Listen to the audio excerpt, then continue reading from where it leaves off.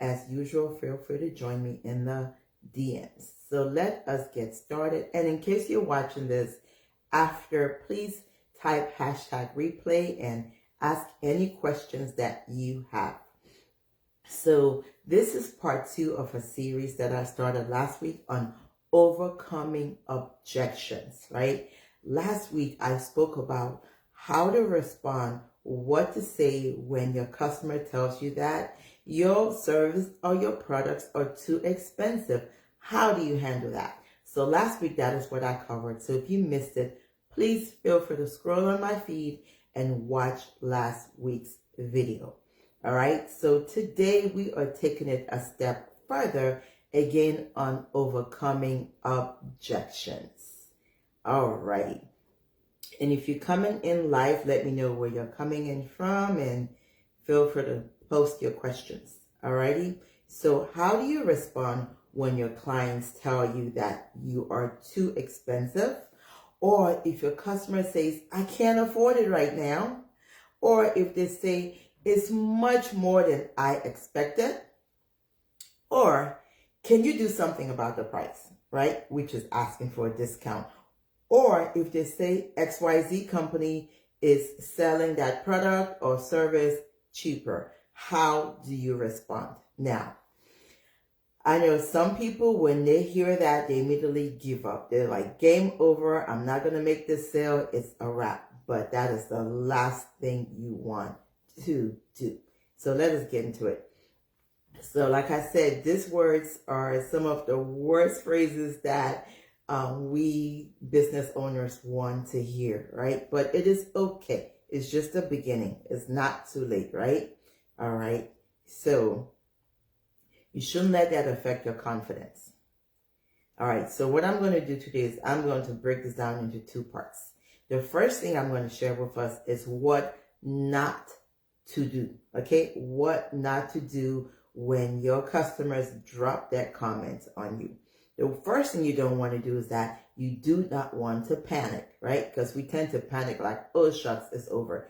Do not panic. It is okay, right? All right. And don't immediately lower your prices. Don't panic. Don't immediately lower your prices. Just because they make that comment, it doesn't mean that your products or your services are too expensive, all right? And what you want to do is you want to immediately start a dialogue, right? You want to always engage in dialogue. It is from the dialogue that you will be able to turn things around. And what you want to do in this dialogue is to find out what their concerns are, what their requirements are. You want to learn how to answer sometimes the unasked questions, or also learn how to lead them into open dialogue, right? Open-ended communication. That is what you want to engage in. You don't want to engage with just like yes and no type communication, right? So dialogue and find out what their requirements are. And then the second thing that you do not want to do is that you do not, under any circumstance, want to defend yourself. Because when you start defending yourself, you cause your customer, your client, to also start defending themselves. And whenever 2 people are on opposing teams, believe me, it's not going to turn out good for you, the seller, right? You don't want them to be on the defense, because once you put them in the defense, you definitely lost, right? And also, you never want to be in a place where you're defending your prices. You definitely don't want to do that, all right? And especially if you're in a position where you have a lot of customers, people are buying your products a lot, where then at times you're okay, you don't need to. So do not defend yourself. You want to engage in dialogue, but do not defend yourself, all right? Just the same as how your customer has the right to object to your prices, you also have the right to stick to your prices, all righty? So the third thing that you don't want to do is that you don't want to take it personally, all right? Do not take it personally. Big no. I have, in addition to my coaching business, I also have a skincare line, right? And not all my friends use my skincare line. And I am totally okay with that. We love each other, right? Some of them we're like sisters, and it's okay. Everyone has the right to do what they want to do, right? So also know that an objection about price is just the beginning of the negotiation process. There's a lot of mindset. There's a lot of mindset to overcoming objections. Just know that an objection is just the beginning of the negotiation process, and you don't take it personally, right? And honestly, let me tell you something. If no one has ever told you that your product or your service is too expensive, that means that you are selling too low. Yes, that's true. All right. So if no one has ever complained about the cost of your products or your services, believe me, that means your prices are too low. It's time to raise up your prices. All right. So now let us get into tips on how to respond, the proper way to respond when they tell you all those phrases I stated earlier, right? Step one is you want to start a conversation, all right? Start a conversation, all right? Remember that, again, if someone says you're too expensive, it shouldn't always end the conversation. It should rather start the conversation. And often when a potential client mentions that your pricing is too much, that is signal that they want to buy from you, right? That is signal that they want to buy from you. You may just need to convince them to overcome the reasons why they are hesitating.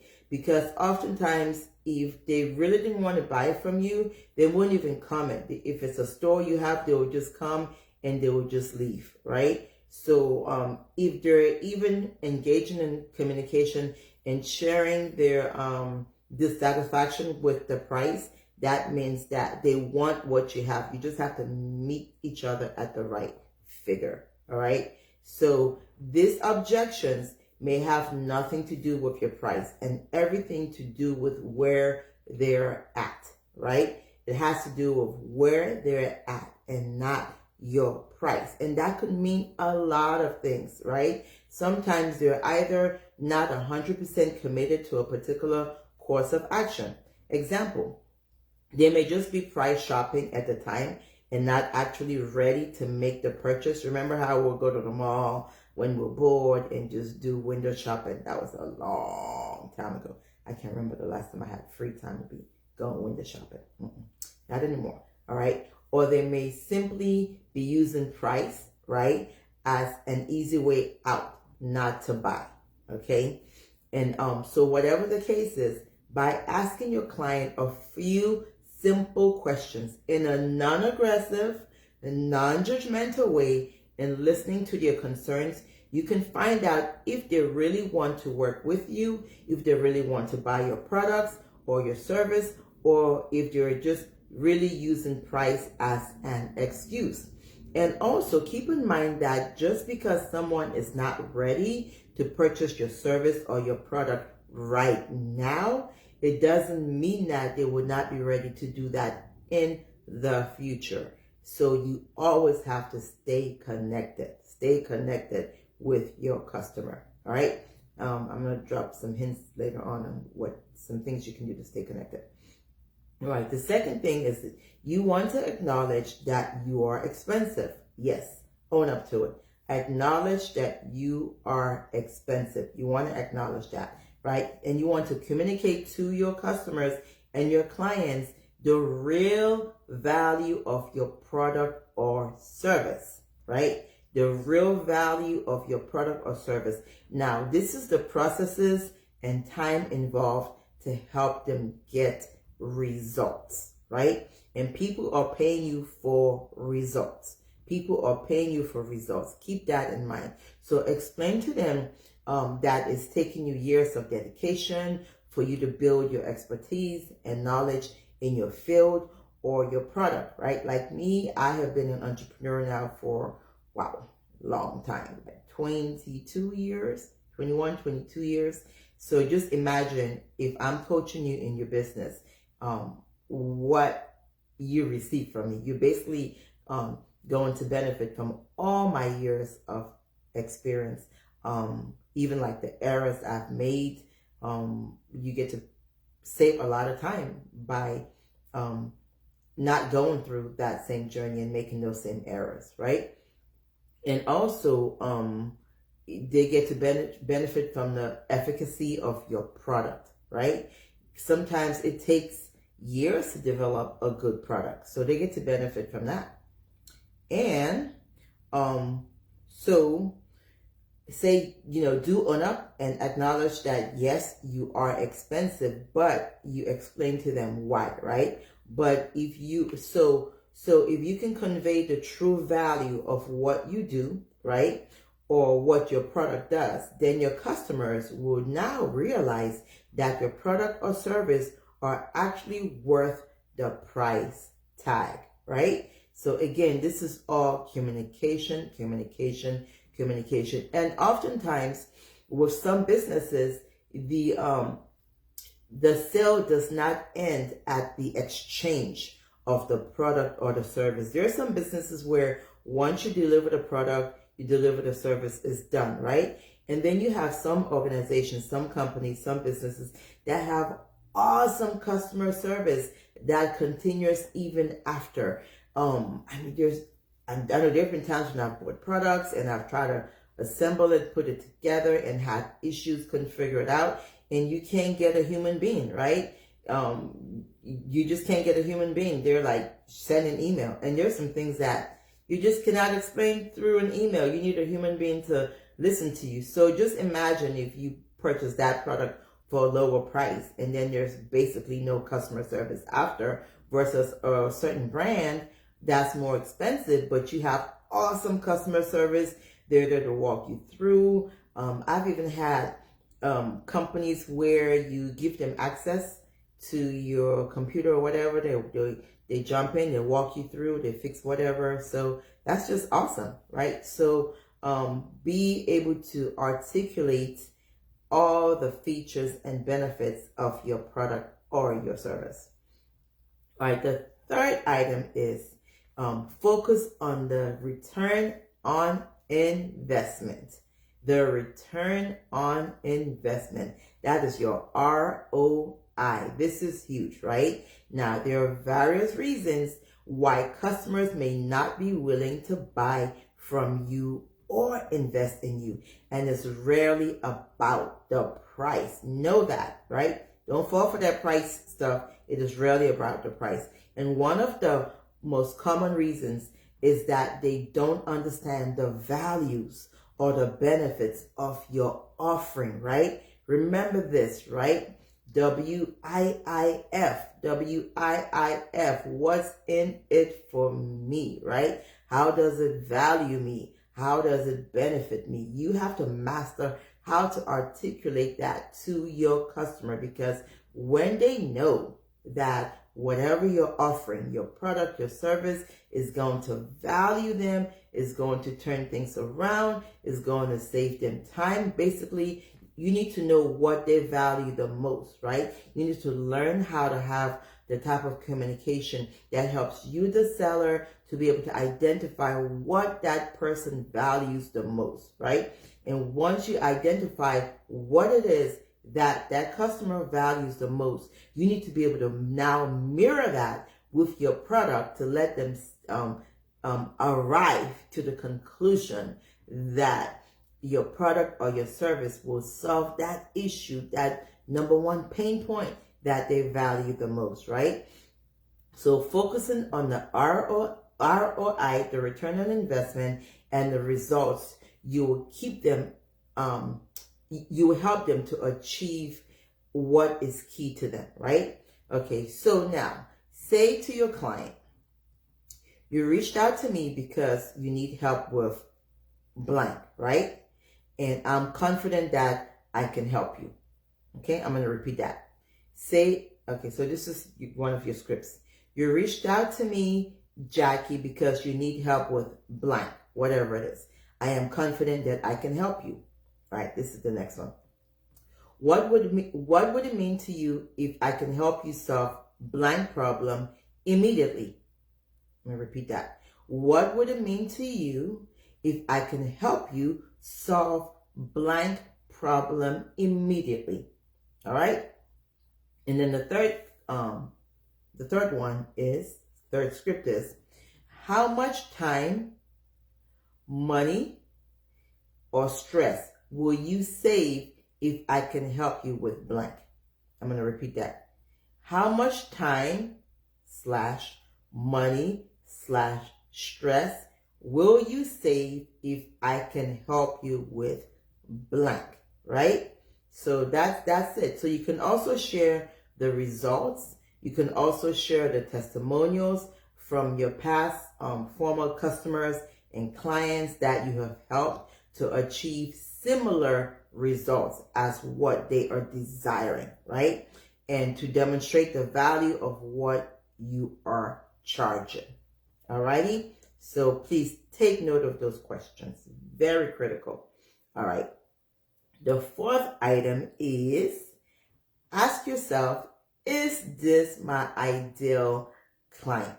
You've got to, at a certain point, you just got to come to it. Ask yourself, is this my ideal client? Okay? Because if not, let them know that you might not be the best fit for them and recommend someone else that would be a better match. All right? And I'm telling you, this really demonstrates huge integrity, right? When you are able to just, send them on your way to someone else who can better help them. That says a lot. That says a lot. And believe me, you will definitely stay top of mind for that customer in the future. That's just huge on your integrity, because I've had situations where someone did not know how to properly provide a service, but because they were operating from a place of lack and also a place of fear, with no integrity, they lied and said they could provide a service that they couldn't provide, and the end result was horrible. And let me tell you, with these days with social media, you definitely don't want to do that, right? Because to get rid of negative reviews, negative comments online, it's tough. It's tough. So you really don't want to do that. All right. So, and if the person is your ideal customer, then you have to explain and show them the quality and the value of your product or your service with a bit more dialogue and a closer look at their actual requirements and what you can do to help them. All right. I see someone joining me here live, so please make sure you watch this video from the very beginning because I shared so much. So the fifth one is, when a client genuinely can't afford you, right? When a client genuinely can't afford you, what do you do? Okay, so if a customer or a client genuinely can't afford you yet, right? Yet, because things may change tomorrow, next week, next month, a year from now. Just ask them what budget they have in mind, right? And then what you can do is, at times, you can adjust your offering to fit your budget. So let's say you are going to offer a service that comprised of 10 steps. Maybe you can initially just offer them the first 5 steps right now. Or if it's a product, maybe instead of offering them like a complete collection of a series of product, maybe just customize a few, and then they can build up their collection. Like I did this a lot when I sold a particular brand of skincare, right? Sometimes they just buy little pieces until they get a complete collection, right? So ask them for their budget and see what you can do. Now, if the budget they quote you is absolutely too low, then you have to politely let them know that they are not a good fit for you right now, right? just right now. Remember, things can change in the future. So be firm, but nice. All right? Be firm, but nice. And you definitely want to keep in touch with your customers, right?